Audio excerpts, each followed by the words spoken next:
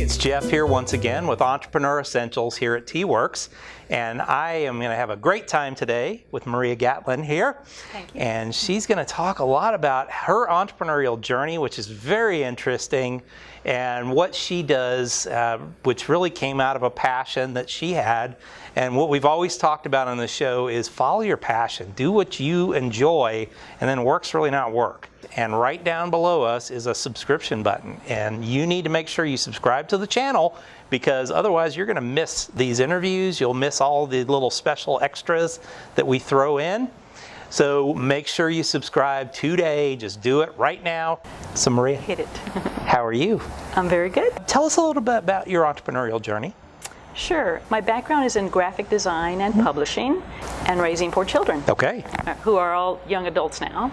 But in that path, you know, I made a decision to leave publishing and graphic design and raise my children. Back in the days, 100 years ago, I decided, you know, I'm going to go take a class and learn desktop publishing. This was, you know, back in back in the day. It was all changing, so that I could raise my kids and freelance. I had so much work I didn't know what to do with it. But I also had a lot going on at home. So eventually I just had to let that go. Okay. So after a few years, fast forward, my youngest of 4 is in school, and I'm thinking, I want nothing to do with graphic design, publishing, you know, that end of That's the all world. boring. It's work. It's work. It's work, and so is motherhood.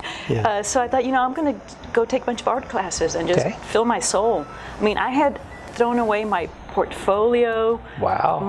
I'd given away my art supplies, or probably my kids took them, you know, one of the two. So I decided, you know, I'm going to start getting back into that. And what I found, that I was happier, and you know, when mom's happier at home, everybody's happier. Oh yeah. But I couldn't contain myself. I had to share this, you know. It was like, hey, there's this magic stuff out there. It's called creativity, you know, taking these classes. And my background in graphic design and publishing started to kick in. You know, I start typing up quotes that would inspire that, and tips and tasks, and just kind of formatting it, because I do love that end of graphic design. Then I started doing art cards and selling them and painting, and just happy as can be, you know. Then I had a friend who owned a coffee shop, and she said, you know, come do a workshop, you know, on a Sunday. And I thought, wow, okay. So I just collected some of my content, stapled 2 pieces of paper together, and here we go. Well, she filled the house, you know, and I wasn't expecting it. It's like, oh no, I got to talk to everybody. You know, I have to get up in front and lead this. This is real now. This is real now. And everything went fine. But what I really discovered in that workshop was that we had a mix of people, from knitting to writing to some awesome photographers. Everybody could relate, and it was like, oh, I needed this. I need to do this again. It reminded them that this really lights their fire, you know? Gives them something to wake up and be excited about. So that went well, and I thought, well, you know, this could work. So I collected more content, put it together. Fast forward a few years later, a friend says, let me help you put it in a book format. So with my layout background, we worked really well, but she helped me with what I couldn't do. And she would edit, and she helped me publish it. Nice. And, you know, to hold that, and I thought, this is good. There's nothing like your first book published. Yes. Now it's in a drawer. It's like, no, that's not right. You know, you always want to kind of redo and improve, which was good. I mean, I liked using it and testing it and getting feedback. Sure. And from that, I revised and revised again. But it was my content for teaching. What I discovered in that first workshop at the coffee shop is that I really do enjoy leading these and teaching and passing on that, you know, I don't really call it knowledge, because everybody has it. It's just kind of waking that inside of you, waking that the creativity, or yes, because people realize, I need this. You know, I may be an accountant, but I need this. Sure. So I revised and revised, and now I have a nice big workbook up on Amazon. It's content that I use. I teach with it and lead workshops. Okay. So tell me a little bit about some of your programs, because we were talking about you said the 55 or 52 program? 52. Okay. Yeah. The book is called Project 52. Okay. It started with the whole idea that anybody can take one creative task per week and do it, and it's doable. It's not overwhelming. You don't need a lot of art supplies. It's probably stuff you have in your home.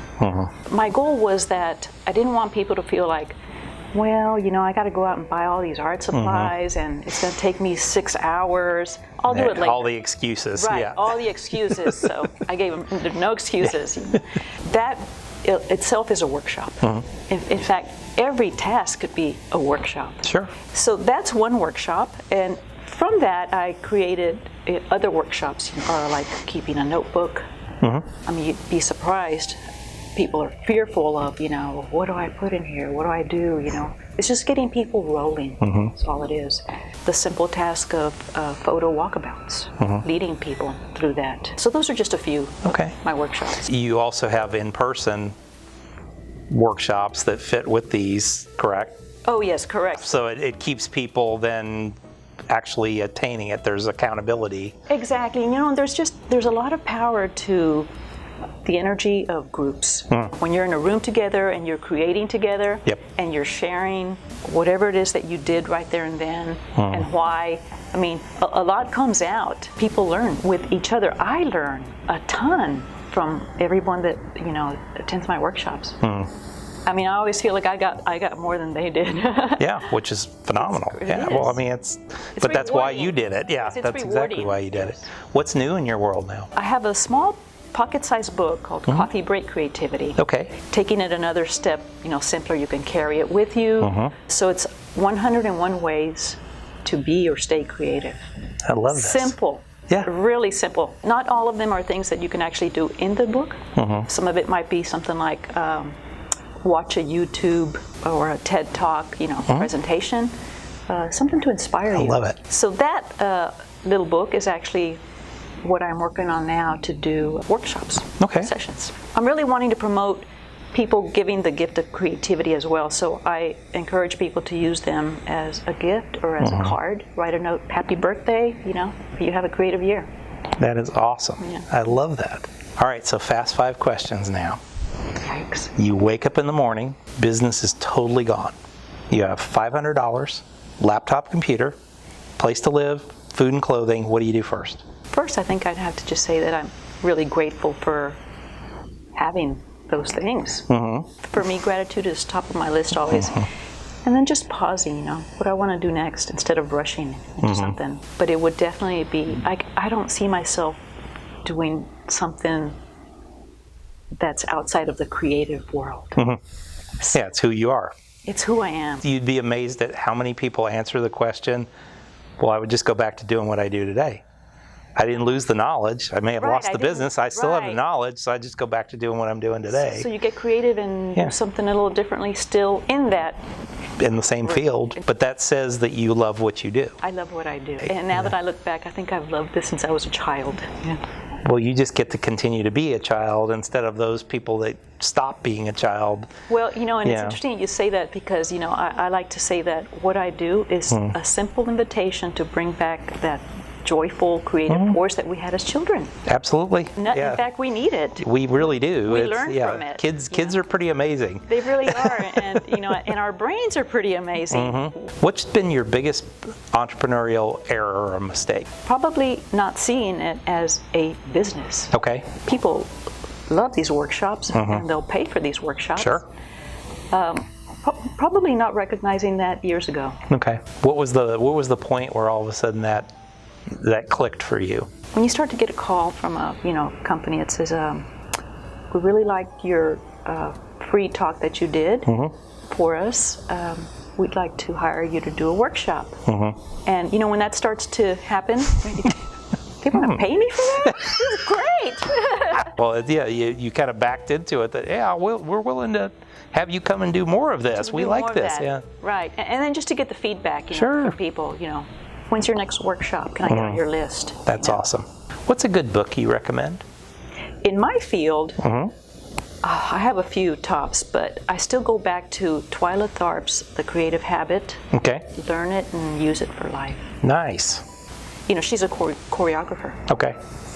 I don't dance. But that book is, I still go back to all my highlights. I don't give that book away. I don't even lend it out because you know what happens. You know. But that's probably one of my top books. But it's about creativity. It's not about life. Dancing. It's not about anything. Yeah. Exactly. Yeah, right. Yeah, that's awesome.